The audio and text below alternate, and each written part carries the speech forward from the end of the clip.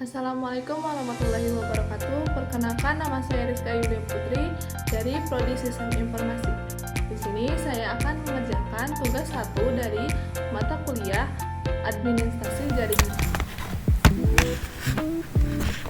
Oke, di sini saya akan menjelaskan tugas dari Administrasi Jaringan.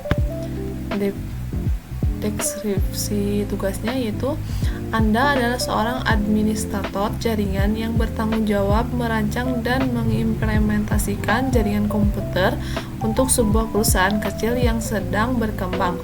Perusahaan ini memiliki kantor pusat dengan 3 departemen serta 1 kantor cabang di kota lain. Spesifikasi jaringannya: kantor pusat, departemen penjualan 50 perangkat, departemen pemasaran 30 perangkat, departemen teknologi informasi 10 perangkat, server 5 perangkat, serta tersedia koneksi WNA menuju kantor cabang.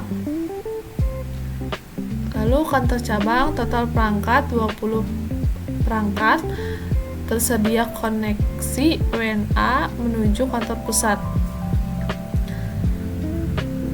Alamat IP yang tersedia yaitu 192.168.0/24. Lihat tabel subnettingnya, yaitu di sini ada definisi segmen. Ke-1 ada penjualan atau sales. Nah, kebutuhan hostnya yaitu 50, sehingga dialokasikan subnet marsnya menjadi 26 dengan rentang IP-nya yaitu 1 sampai 62. Kemudian ada pemasaran atau marketing.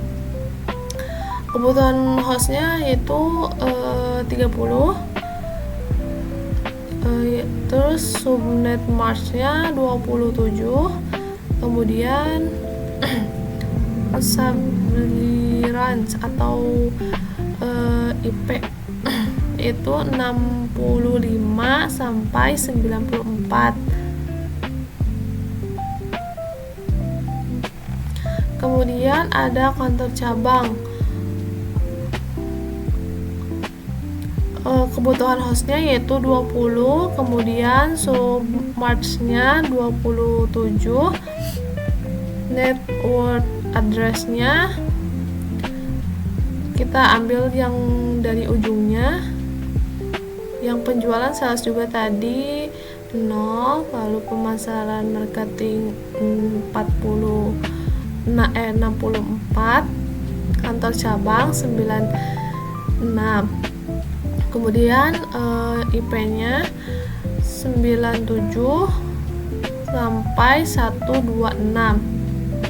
Lalu ada broadcast address. Yang penjualan ada 63 broadcast address-nya.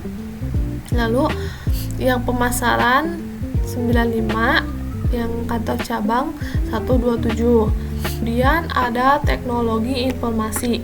Kebutuhan hostnya 10, subnet marsnya 28, lalu network address-nya 128.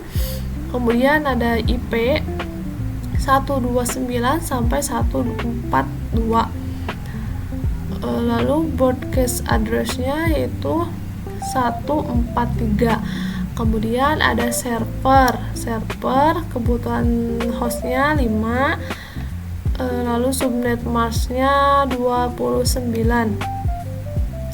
Kemudian network address-nya 144, kemudian IP 145 sampai 150. Broadcast address 151. Nah, yang terakhir yaitu WNA link atau pusat ke cabang. Router, jadi kebutuhan hostnya yaitu 2, subnetnya 30, network address-nya 152, kemudian IP-nya 153 sampai 154.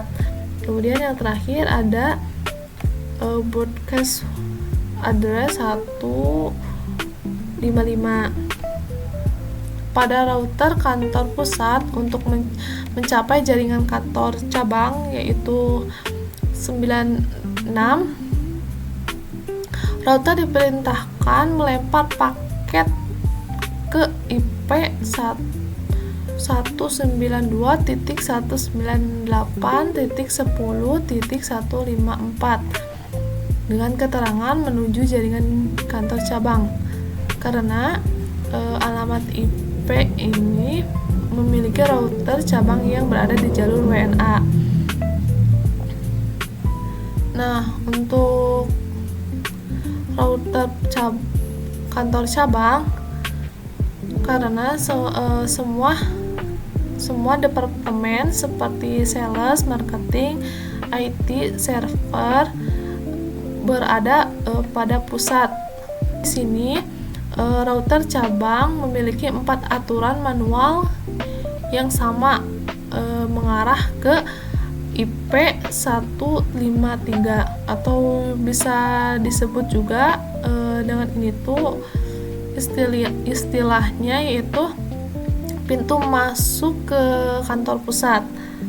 Kesimpulannya yaitu strategi ini berhasil membagi jaringan ke dalam beberapa segmen yang disesuaikan dengan kebutuhan host tiap departemen melalui dari penjualan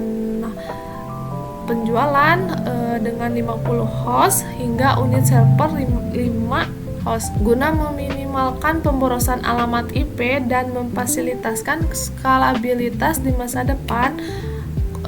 Konektivitas antar lokasi dipastikan melalui implementasi routing statis yang menghubungkan kantor pusat dan kantor cabang secara manual melalui WNA link, sehingga terciptanya alur komunikasi data yang terukur, aman,